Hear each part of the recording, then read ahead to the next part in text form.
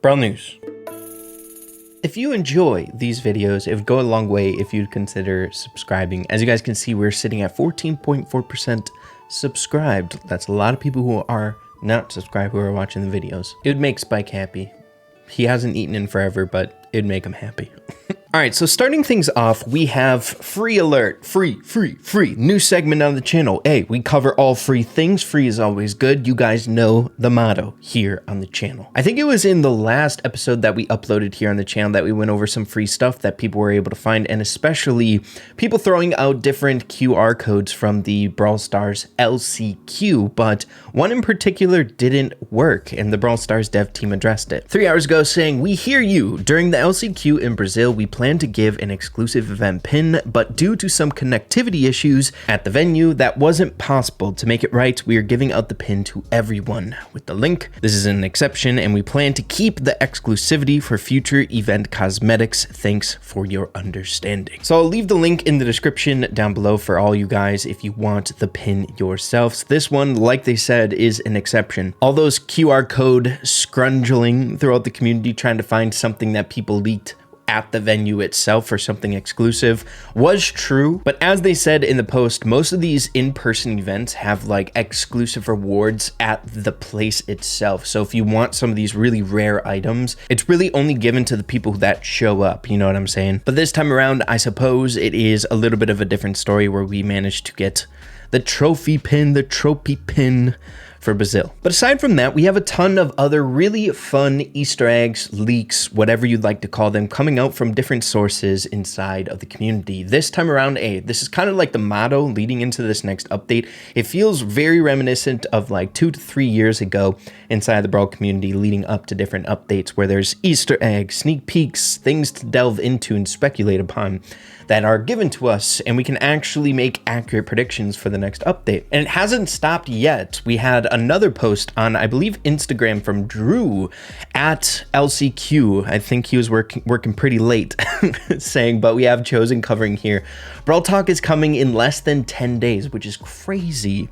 It is moving so freaking fast. Sometimes it's hard to believe. But he says, grind never stops. Late night Brawl Talk edit. Feedback on my last night in Brazil. Looks like getting into a gameplay section of the Brawl Talk, and that's a placeholder. Pretty cool. Just a nice little reminder that Brawl Talk is being worked on, and it's right around the corner. As you guys know from different leaks, I gotta stop calling it leaks. It's like an Easter egg, right? But it is coming out on October 25th, so right around the corner here, 10 days. But moving along to probably the biggest segment of the video here, we had a really interesting Q&A at the LCQ with this creator, KAWW, asking specific questions to Fernanda, as well as other questions from people inside of the community at the event itself, fans asking these questions and she answering honestly. These are always really fun to read through. I'll leave a link in the description down below to this entire thread that KAWW put together. Some of them are just like really cool if you are a Brawl Stars fan to see some of the inspirations behind different designs, like for Mina, as well as potential skins and inspirations, much like these photos of unreleased skins like for Laurie up here. It's so freaking cool. But if you want to read through all the ones that I didn't find like crazy important for like Brawl News or anything like that, again, I'll leave the link in the description down below. The very first one that I found really noteworthy that's like in the hemisphere of like future updates here can be seen in this conversation. There's a fan in the crowd saying, which collaboration would you love to see in Brawl? And Fernanda says, Dragon Ball for sure. As a lifelong fan of Dragon Ball, dude, it's one of my favorite animes. That would be fire. I'm just saying it right now. But she goes on saying, we're talking and we even have an idea for Frieza Eve. Would work so good.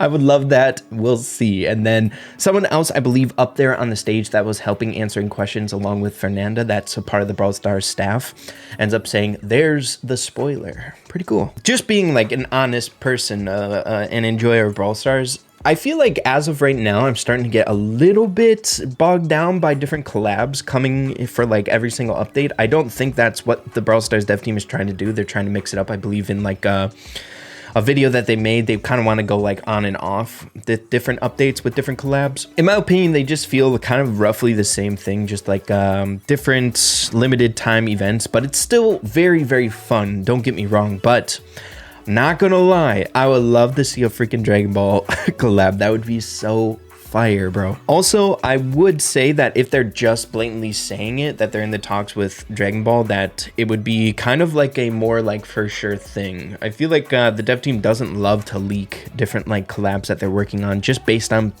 previous activities with different collabs that they've had in the past. I believe one in which like fell through because of leaks, so I think they like to keep that kind of stuff pretty close to the chest, so this one is pretty cool. But moving along to the next question that has a lot of merit, I would say, in the realm of future updates, we have an unidentified creator in the crowd asking, do you have any ideas for Brawler number 100?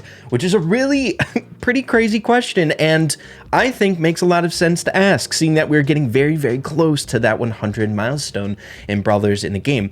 And Fernanda says it will be a special Brawler. That's awesome. That will come on strong and has an antagonistic characteristic.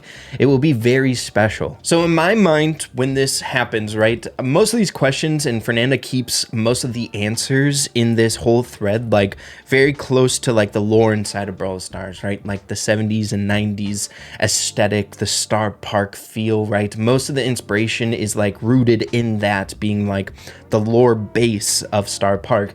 So when you talk about an antagonistic character inside of the game, you would think, or in my mind, I would think like the bad guy of Star Park, you know, behind all the atrocities that's going on there. Other than that, I wouldn't really know like who would be antagonistic towards like Star Park rather than like the big honcho, the big bad guy, right? I find that super compelling and really, really exciting, and I'm happy that they're like making the 100th Brawler special, you know what I mean? But let me know what you guys are thinking about the actual answer of this, an antagonistic character inside of Star Park. Could it be like that big bad guy that we've had several theories on in the past? I think that'd be really, really cool. The evil dude of Star Park. Now, there was one other one that I've been diving into as much as I can about this whole Q&A, this post, the thread, anything else related to it. But inside the community, I've heard a few different people say that during this Q&A that Fernanda confirmed that one of the brawlers coming out in this update would be a part of the Juju family, tying to all the fun, juicy Easter eggs recently about this hand with an eye on it in the animation around Juju's like